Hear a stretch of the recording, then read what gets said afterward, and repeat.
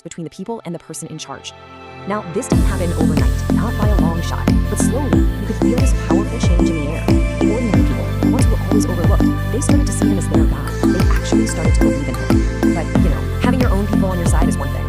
There was another storm brewing on the horizon, a different kind of test. A test of faith that good governance alone just couldn't solve. Because here's the tough reality of leadership.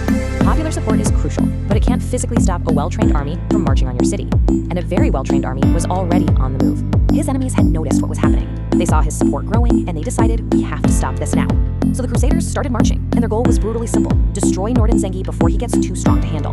The clock was ticking. So on the night before the battle that could end it all, what does Nuruddin do?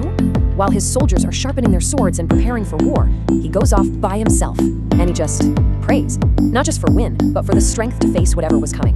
And this right here, this tells you everything you need to know about him. For Nuruddin, this fight wasn't just about strategy or having more soldiers. He truly believed that real victory, the kind that lasts, doesn't come from steel, it comes from faith. So, the stage was set. This battle wasn't just for a piece of land. It was his chance to send a message to the entire world about who he really was. And when the fighting started, the odds were frankly terrible. By any normal calculation, he and his outmatched army should have been wiped out.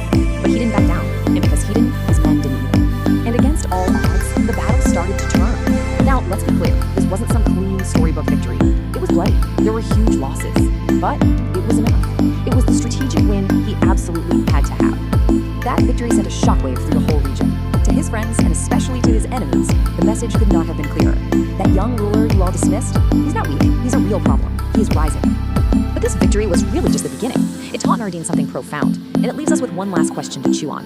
What happens when a leader wins the war, only to figure out that winning wars isn't actually enough to build something that lasts? That, my friends, is where his story gets really interesting.